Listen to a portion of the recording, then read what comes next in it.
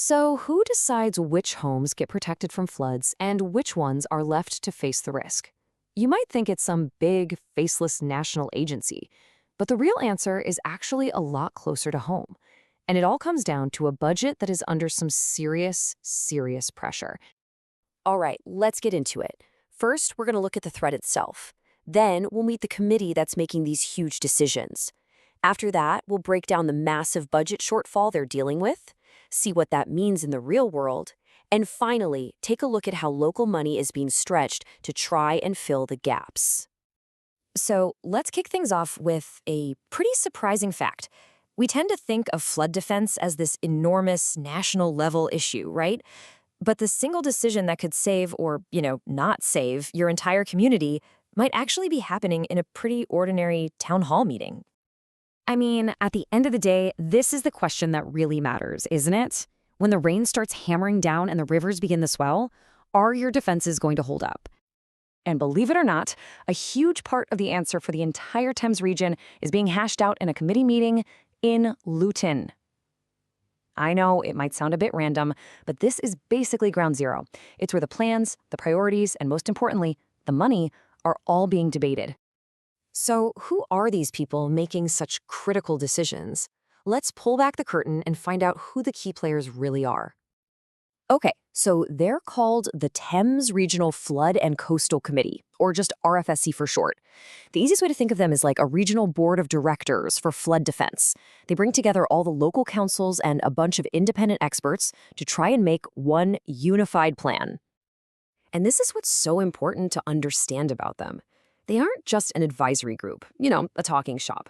They actually scrutinize and, this is the key word, consent to the entire regional program. That gives them the final say on the plans and on how local money gets used to help pay for everything. And that, of course, brings us to the heart of the whole issue, the money. Because you can have the best plans in the world, but you can't build a single wall without the funding. And right now, that funding is getting squeezed hard. Now, if you look at the national picture, the number seems absolutely massive. The government has committed £4.2 billion for the entire country over the next 3 years. That sounds like a lot of money, right?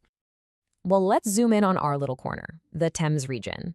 Based on all the projects that are needed, we're talking everything from huge schemes to small local defenses. The committee figured out that for next year, they needed just over £140 million from the government. And this is what they actually got, less than half of what they asked for. It's kind of like getting a quote to fix your roof for £14,000, but when you check your bank account, you've only got £6,500. You simply can't do the whole job. And this chart just lays the problem out in black and white, a shortfall of almost £75 million. That's not a gap, that's a chasm. And a chasm that big forces some incredibly tough decisions about who gets protected and who doesn't. So what happens when you have a £75 million hole staring you in the face? Well, you have to start choosing. You have to decide which projects get the go-ahead and which ones get kicked down the road. You literally have to decide who stays dry. And hey, don't just take my word for it. This is a direct quote from the committee's own meeting papers. They state flat out that difficult decisions will need to be made about which projects get funded. And this slide, well, it shows you those decisions in action. This isn't just theory. The Bliddington Flood Alleviation Scheme, that was supposed to offer protection this year. Now, it's been pushed into future years. Construction at Kingsway, delayed. Installations in London Colony, moved to next year. These are real delays for real communities. So what does all this mean in human terms? It boils down to this number, 162. That's how many properties, homes, businesses were scheduled to get better protection next year. But now they won't. Because of this budget gap, 162 properties are going to stay at a higher risk of flooding for longer. So, if the funding from the central government is falling so short, where else can the money come from? This is where the committee has to look closer to home, which brings us to the final piece of this whole puzzle, the local levy. Okay, so what is the local levy? Basically, it's a fund that's collected from all the local councils across the Thames region.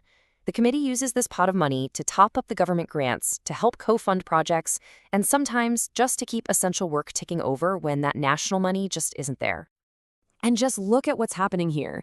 The original plan for next year was to use about £14 million of this local money, but now, to try and cover that massive shortfall from the government, they're proposing to use over £32 million. They are more than doubling their reliance on local funds just to keep the program from sinking. To help find some of this cash, the committee is voting on whether to increase the total amount collected from all the councils by just under 2%. It sounds small, but that brings in an extra £250,000 spread across the 54 authorities in the region. But this vote, it's not a simple slam dunk. On the one hand, a small increase like this helps them keep pace with inflation, and it's absolutely vital to stop even more projects from being delayed.